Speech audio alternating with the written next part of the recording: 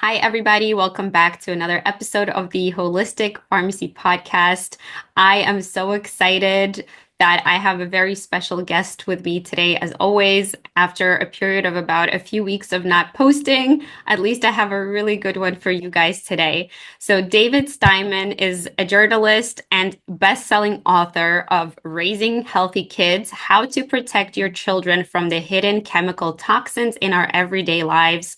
And he's also the chief officer of the nation's most active consumer rights nonprofit, the Healthy Living Foundation, which has won court cases against big brands such as Herbal Essences, Pantene, Patagonia, Johnson's, and others. David strives to raise awareness about environmental dangers and proposes valuable alternatives and affordable substitutes to ensure families can keep their loved ones safe from these harmful substances. So, David, I am so passionate about this very topic, and I'm so glad that you're a guest today. And I want to dive into all of these safer alternatives that you're mentioning. And before we do that, I'd love to just ask where you grew up and how you came to do this kind of work.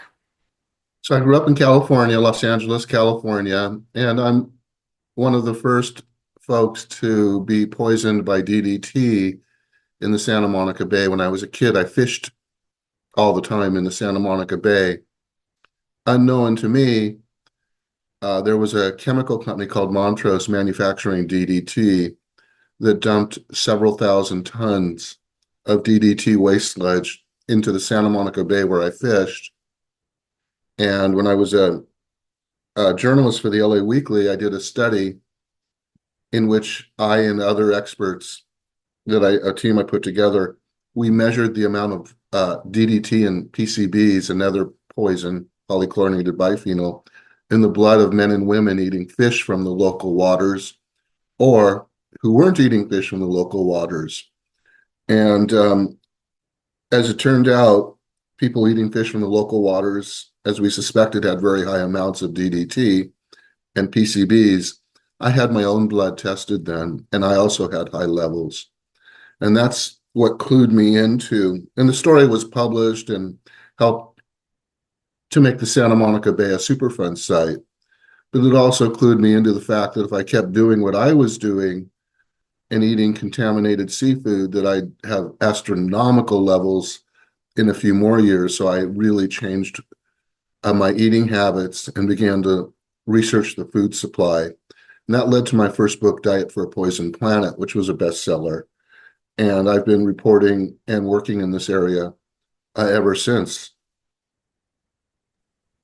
Wow, I'm so sorry, first of all, that you had gone through that experience.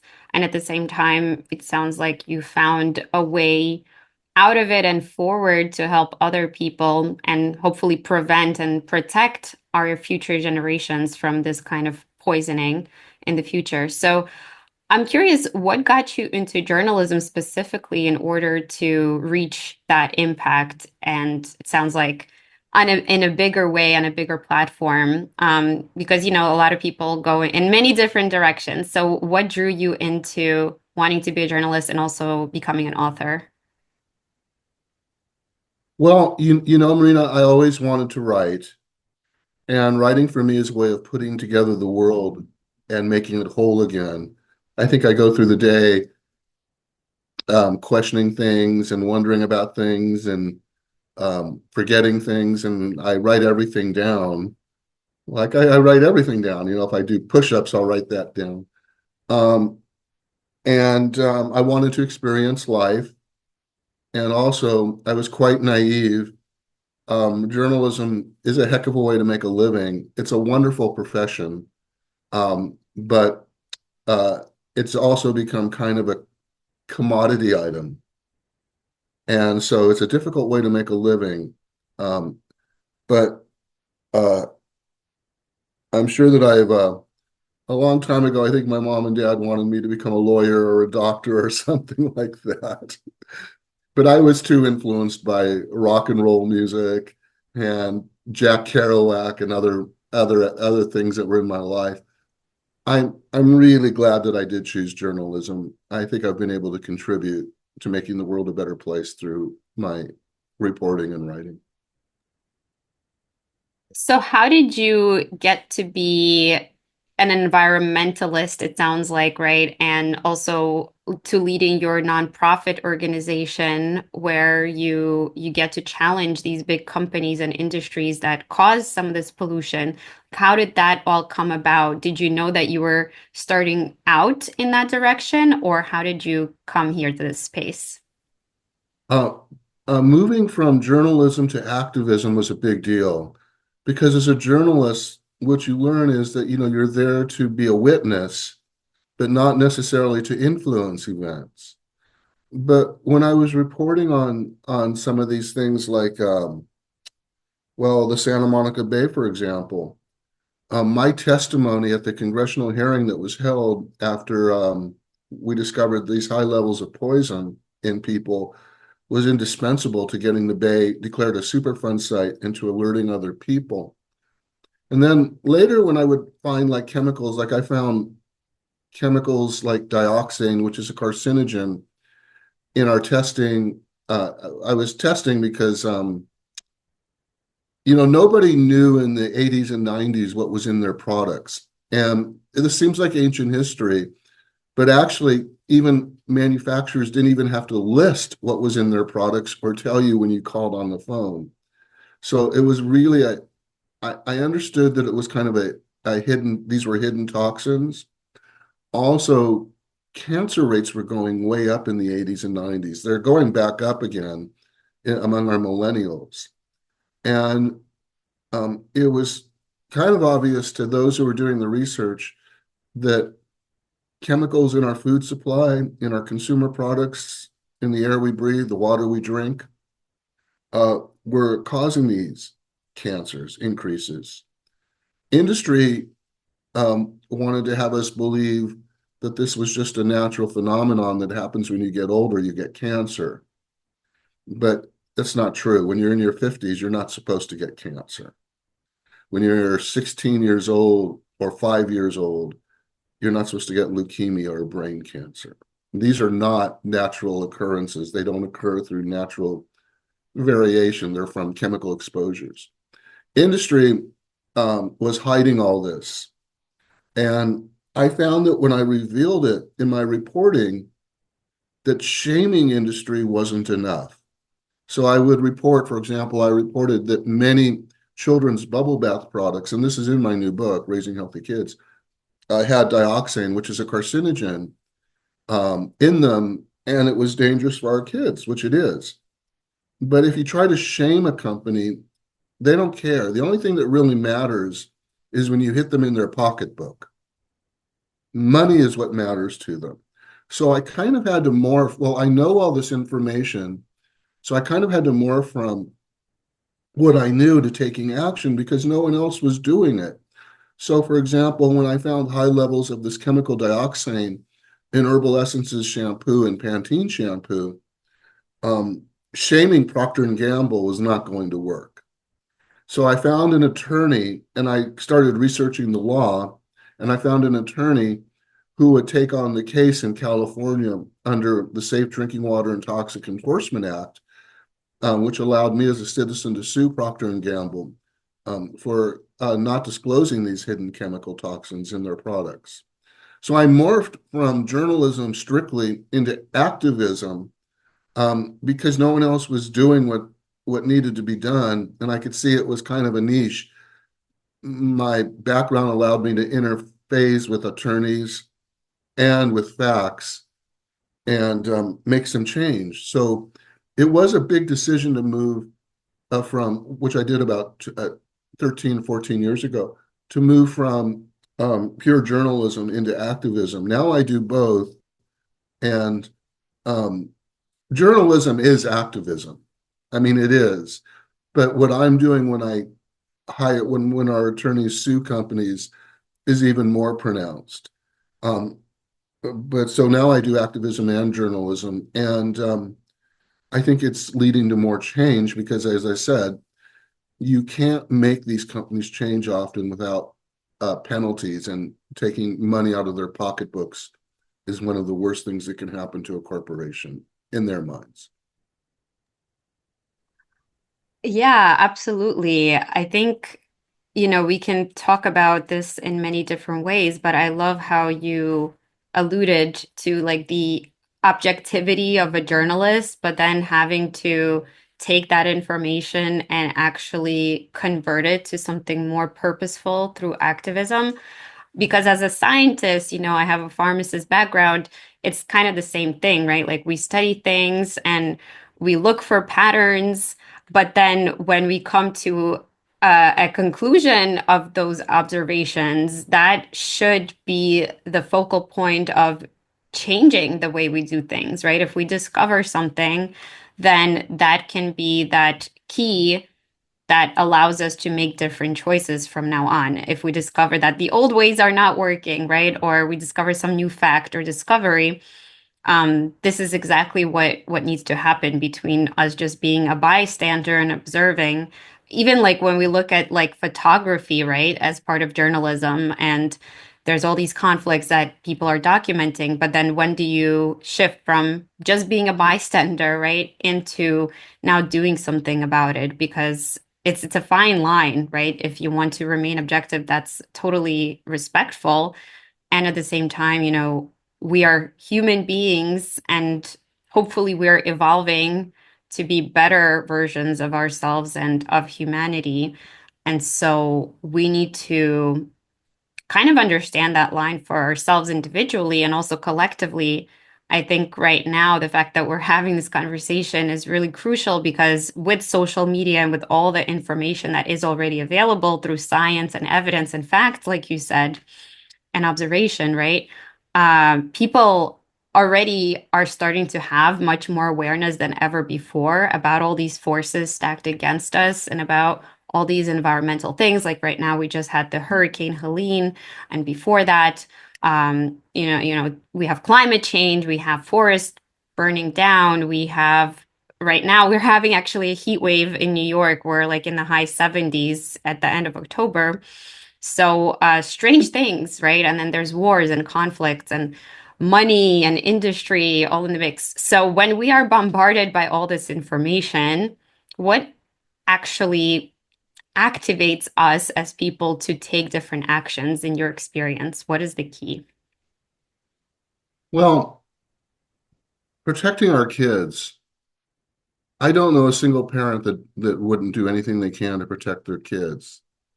So I think acting outside of our own interests is a very, very strong incentive. A lot of times, what we will accept for ourselves, we won't accept for our kids and friends. At least that's how I feel about it. Um, so I think kids are a huge motivating factor. Our own personal health is also important, but it's what I've been doing in my most recent book, Raising Healthy Kids, Protecting Your Children from Hidden Chemical Toxins, is I show you how to protect your children, but it's if you but if but you're really protecting yourself too as a parent because everything you do to protect your children eventually is what you do yourself. You if you for example, one of the big rules that I stress is buying organic foods. That's kind of a cornerstone of being healthy. And organic foods can be more expensive. And so people might say, well, why should I spend more money for food? Because it's, is with inflation and everything, it's expensive enough, right? But what people find out after they go on an organic diet and do the other things that I suggest in my book is they actually feel healthier and their kids are healthier and life is better. I know that sounds like a big promise, but organic is the real thing. And what I'm trying to stress to folks is what a big change it makes. Um, there's a lot of naysayers out there who will say, well, organic foods are no different than chemically sprayed foods, and these chemicals like pesticides that are sprayed on non-organic foods are not dangerous to your health. That's just not true. That flies in the face of all the published and peer-reviewed literature. The truth is, and what people discover is when they have an organic diet, their kids have fewer incidences of diabetes, obesity, skin allergies. Their risk for cancer goes down. Mom, if you're on an organic diet during pregnancy, you'll have fewer complications. And dad, if you're on an organic diet, you will have healthier and more plentiful sperm.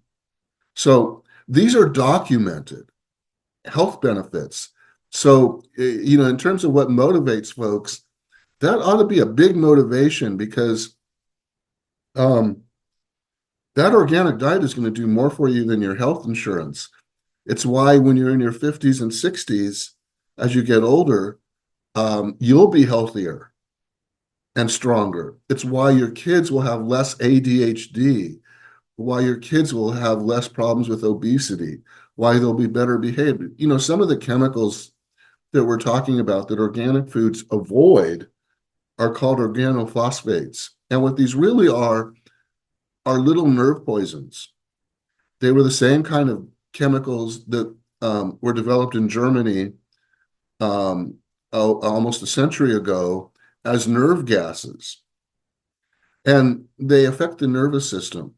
And what researchers have found is that when kids are exposed to the organophosphates in our foods, they have more ADHD, they have cognitive loss, and also researchers have seen through magnetic resonance imaging that portions of the kids' brains are now dead zones. And that's because portions of the brain are being destroyed by these little poisons.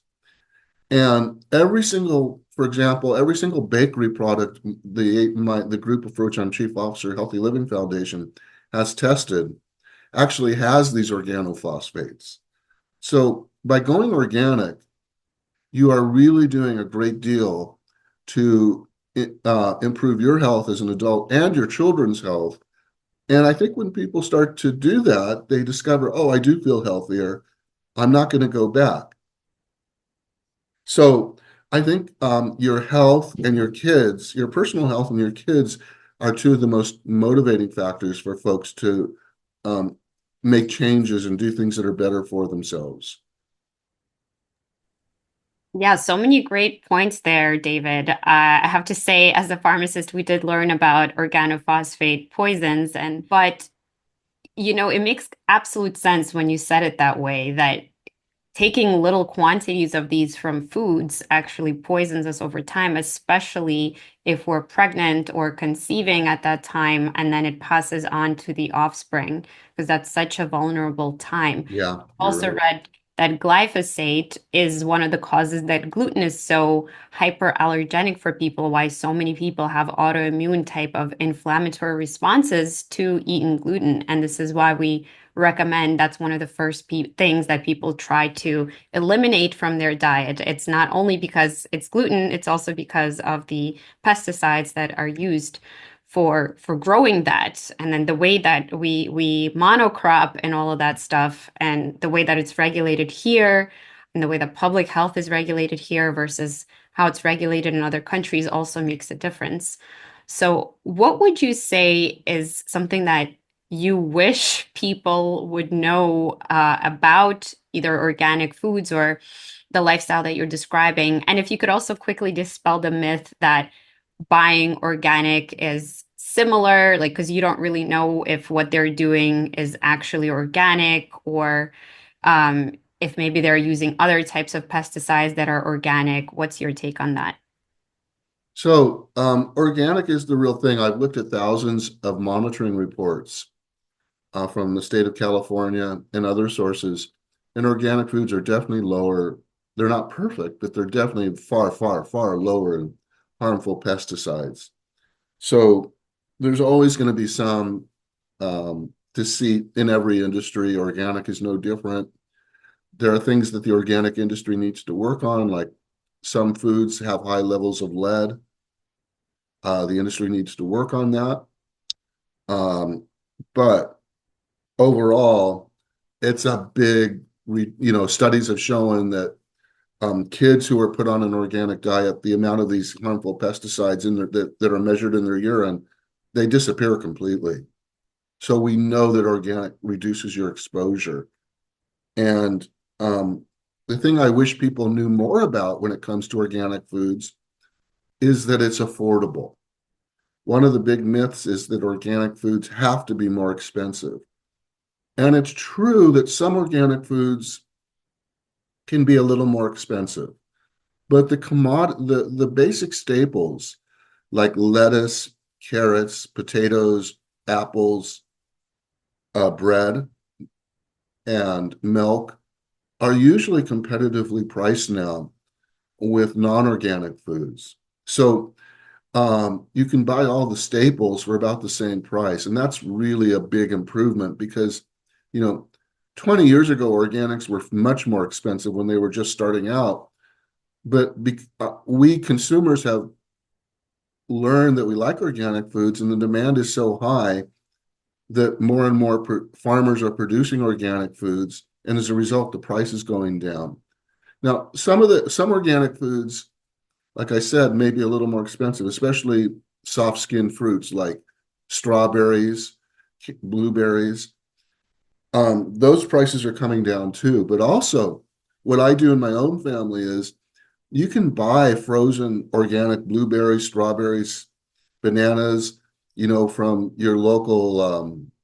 There's so many different stores that are Walmart, for example. Um, and when you buy them frozen in these 2 and 3 pound packs, they're actually really cheap. They don't go bad. And when your kids want a dessert, you can give them a little non-fat organic yogurt with organic fruit. It's a really healthy, sugar-free dessert and much healthier for your kids. So that's the other thing I want to dispel about organics is that they are always going to be more expensive. It's just not true. Yeah, I think that's definitely something that we consider when we recommend organic foods to people is will people be able to afford it? Because now with the prices rising, right, and we have inflation going on, I find myself spending so much more in groceries than I used to. But of course, I do try to shop for organic. Now, I will say that I prefer the full fat products, and I think that's another myth that we can table for another conversation. But I love the idea of the frozen fruit and berries because I agree that that can be price savvy to shop for frozen goods that are good quality and will last in the fridge and will still have a lot of their vitamins and minerals intact. So you're not losing anything. And I like to throw them in my oatmeal and other things that I'm doing. So David, I'd love to ask you on this topic where now I'm seeing people are almost getting like environmentally depressed.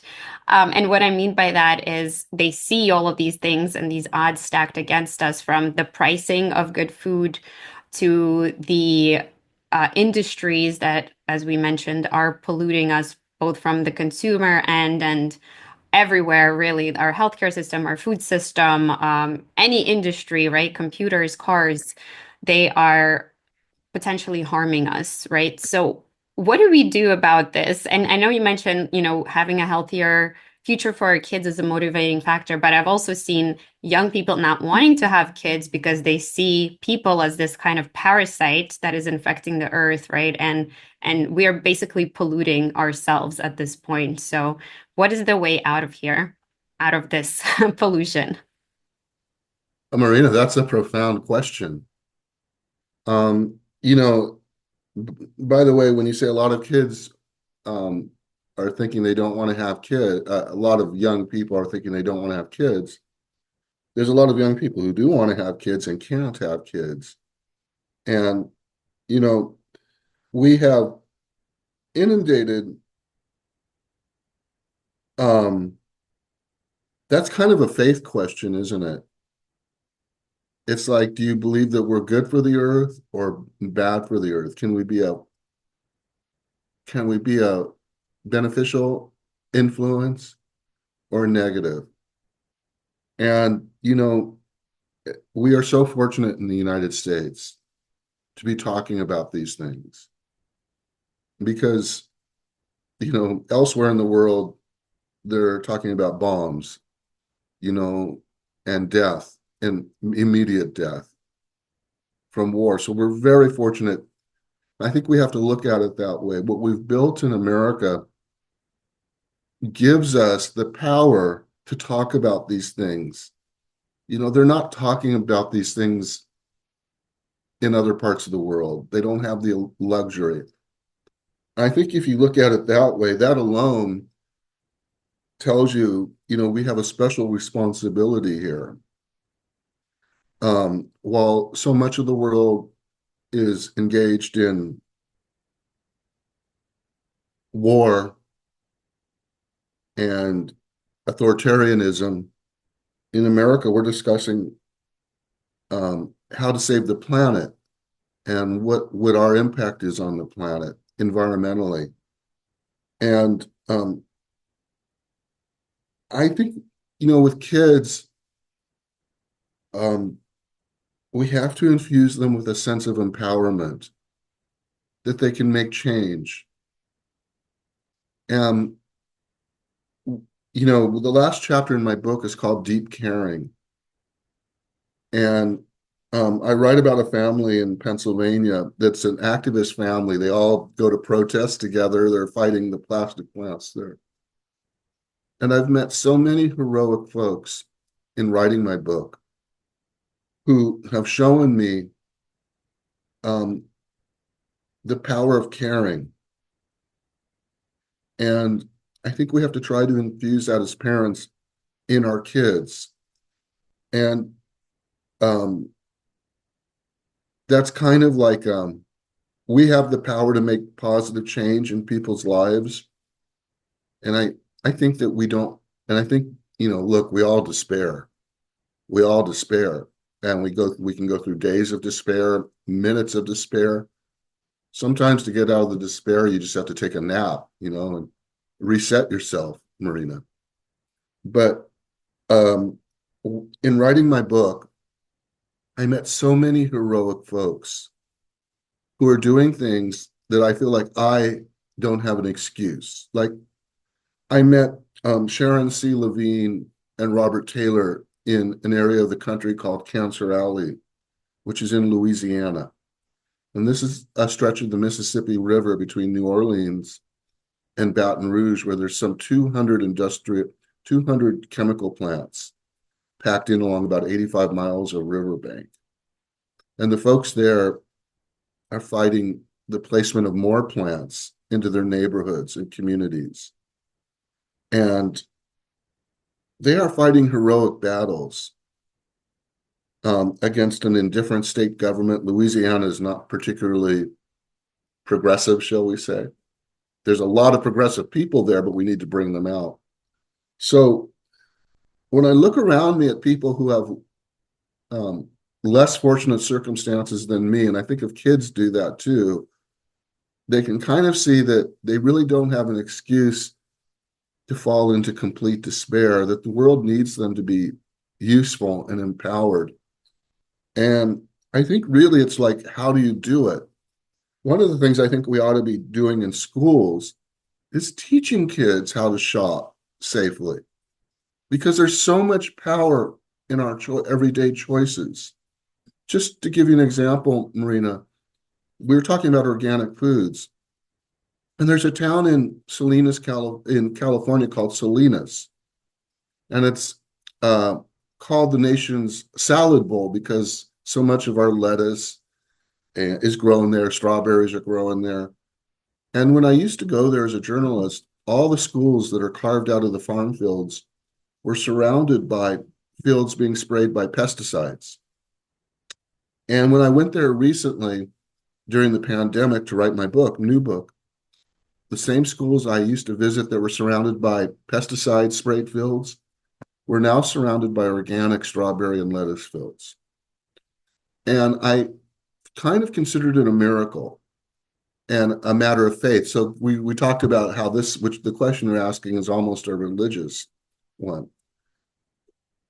I called up a teacher who teaches in the Salinas School District, and I said, "What's going on?" He said, "Well, because of you, David, and consumers like you who have been buying all those organic strawberries and all that organic lettuce, the farmers here are producing more and more organic fields.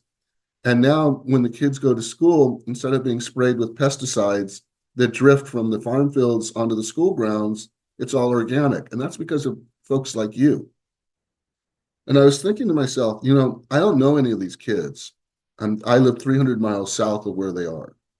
And yet my choices made a difference in their lives. So that to me was like a miracle because I'd been buying all these strawberries and lettuce, people telling me, well, you're spending too much money. You don't need to buy organic. I kept the faith. And then I had my faith reaffirmed with that visit. So I would share with kids who feel that they're a parasite on the earth or that we're harming the earth that you can do a lot of good too, and that we need you. We really do need you. And that's kind of a story of why your choices do make a difference in other people's lives. Yeah, you're speaking about the butterfly effect almost, right? That your choices actually have so many levels of impact, and we don't know where one little choice is going to actually amount to so many amazing potentially things. And of course, on the other side of it, it could be the terrible things, which is why work like yours is so important to just initially raise awareness of those choices and then help society make different decisions. And ideally, as you're saying, through larger activism, we can impact at the government level, which I believe needs to happen because, like you said, we are privileged, especially living in New York and California, to be thinking about these things and to have all these amazing, access to resources of other people also doing great work and giving us that information. And then, of course, social media as well. And then I originally am from Ukraine. And of course, there's war happening there now. And you mentioned in other parts of the world as well. And then the whole reason why we even have agriculture is for a grand reason, right? To keep people from going hungry. And at the same time, the way that we're going about it is slowly harming those very people that it's feeding. So these are the big questions, and I love how you answered my big question of faith as well. And I agree. I think the only way to move forward is to look for the benefit and for the symbiosis and for the way forward instead of, like you said, shaming, right? Shaming the industry doesn't work, and really calling anybody out doesn't really work. I recently heard a talk about calling in. It was a TED Talk versus calling out. So it's really about just asking those questions and raising that awareness and motivation for people to make those different choices, including the government, including industries, which can benefit all of us. So, like you said, it could come down to the bottom line, which is money, right? And that's one of the things. And also the livelihood of people and all the other inhabitants of the earth too. And as an herbalist, I believe and I was taught that we as humans, as sentient beings, should be stewards of the earth, right? And we can be. So it's not that we have to have this parasitic relationship. We can actually have a really beautiful symbiotic relationship and provide these building blocks so that we can actually get there. So this leads me to my final question to you, which is what can the average person really do in their everyday life to have their, consumer power, the consumer dollar go a long way, and any other recommendations for us to become symbiotic with the earth? Great question. Well, please get a copy of Raising Healthy Kids, Protecting Your Children from Hidden Chemical Toxins, because it really does show you how your personal choices have a tremendous effect on everybody, on everyone's health. Just, besides foods, I talk about, well, how do you buy safe clothing? How do you buy safe cleaning products, safe cosmetics? And all of these are things that we need to be aware of now. It's a modern world. It's not your grandmother's world. This is a different world of chemical intensity. It's literally changing, modifying the genes of our kids. Unfortunately, we're making them more sensitive to chemical carcinogens. That's why cancer rates among millennials are going up. See, if you're exposed to these chemicals in the womb, your body becomes sensitized to them. Your cells actually get imprinted so that later on you become even more sensitized to them. I would say, though, that one of the biggest ways we influence our nation is through our shopping choices. We vote with our shopping dollars. And, if you want a healthier world, whether you're 12, 15, or 45 or 75, you can do a lot of things. Just take for an example, all that plastic bottled water that people are buying. As I said, I have visited Cancer Alley. That's where the chemicals for all these plastic bottles are made, is down there. So think of it. One of the reasons why people are drinking bottled water is because they know their water is not safe, right? But the same plastic bottles that people are now buying their water in not only contribute nanoparticles of plastic that get into people's brains, sexual organs, testicles, the placenta in pregnant women. There are also the chemicals that are killing our neighbors in other communities in Pennsylvania, Louisiana, Alabama. So one of the things we can do is, for example, stop buying so much plastic. I share, for example, instead of buying bottled water, which is expensive and you have to lug it from your car upstairs, or um, get a home filter system. I wrote my book so that anyone can do these things. You can buy a really good faucet filter for $30 online.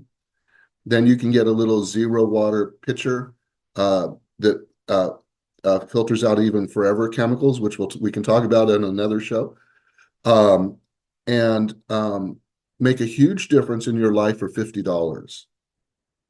But it's not just that you're helping yourself. Now you're not buying all that plastic bottled water. So it has less, that means there's less incentive for chemical manufacturers to put in more plastic plants, like in Pennsylvania or Louisiana, which they want to do.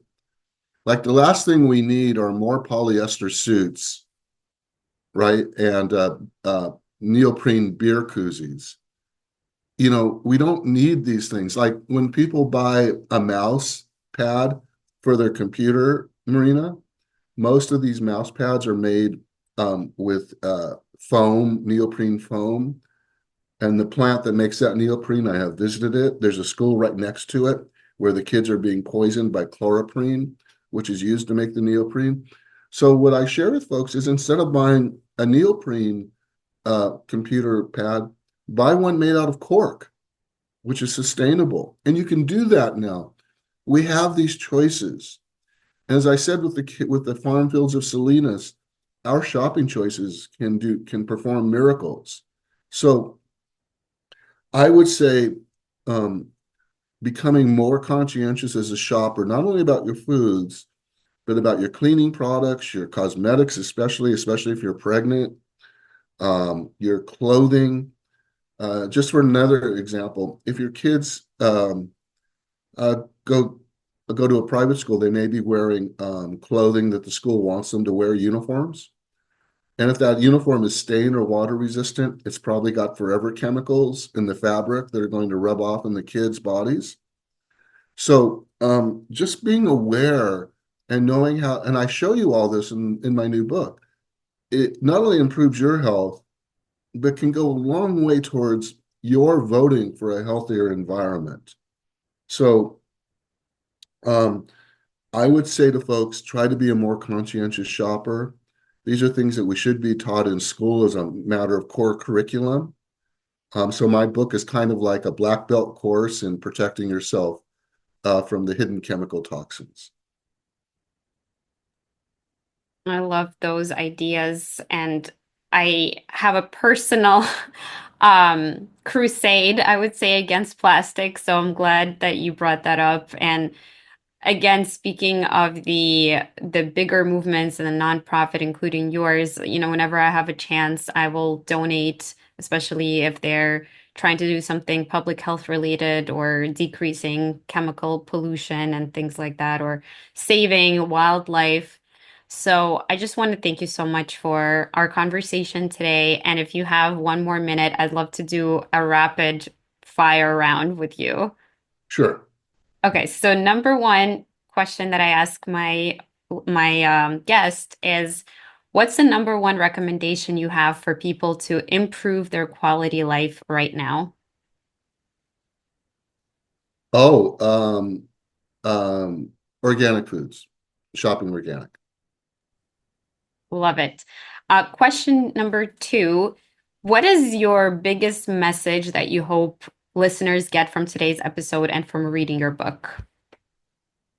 The things that you do that are good for your health are good for your kids' health and good for our planet too. And we need you. We need you to do these things. We can't waste anyone any longer, anyone's life. Yeah, thank you, David. And then number three is a fun one. What's your favorite pastime or hobby or some surprising fact that many people don't know about you? Oh, I love to play blues guitar. I'm a big blues fan. So music, blues music. So cool, David. Well, thank you so much again for this conversation and all your tips that you had to share with the audience. Please let them know how they can get in touch with you, buy your book, and just keep in touch with you. Oh, please visit my website, davidwilliamsteinman.com or raisinghealthykidsthebook.com and online at Twitter or formerly Twitter, now X, by David Steinman. And on Instagram, David Steinman _author. All right, David. And Well, yeah, I'll definitely give you a follow and tag you when we post this episode. And again, thank you so much for the work that you're doing in the world. And I could say that we definitely do need you. So keep going. thank you. Thank you, Marina. It's been great talking to you today. Likewise. All right. Take care, David.